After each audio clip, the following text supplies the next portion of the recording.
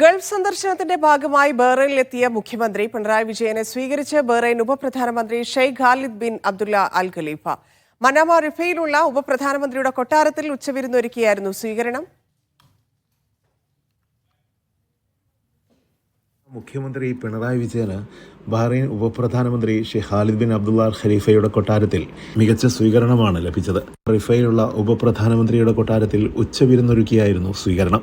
Bahrain വാണിജ്യ വ്യവസായ മന്ത്രി അബ്ദുള്ള ആദിൽ ഫക്രു, ബഹ്റൈനിലെ Indian ambassador Vinod K Jacob, Kerala chief secretary doctor A Jayathilak, NORKA vice ചെയർമാനും ലുലു ഗ്രൂപ്പ് ചെയർമാനുമായ MA Yusuff Ali, Lulu Bahrain director Juzer Roopawala, Alnamal and VKL group of companies chairman Varghese Kurian, Bahrain Keraleeya Samajam president PV Radhakrishna Pillai എന്നിവരും സന്നിഹിതരായിരുന്നു. കേരളീയ സമാജത്തിൽ മലയാളം മിഷനും ലോക കേരള സഭയും സംയുക്തമായി സംഘടിപ്പിച്ച പ്രവാസി മലയാളി സംഗമം ഉദ്ഘാടനം ചെയ്ത മുഖ്യമന്ത്രി ഇന്നാണ് കേരളത്തിലേക്ക് മടങ്ങിയത്.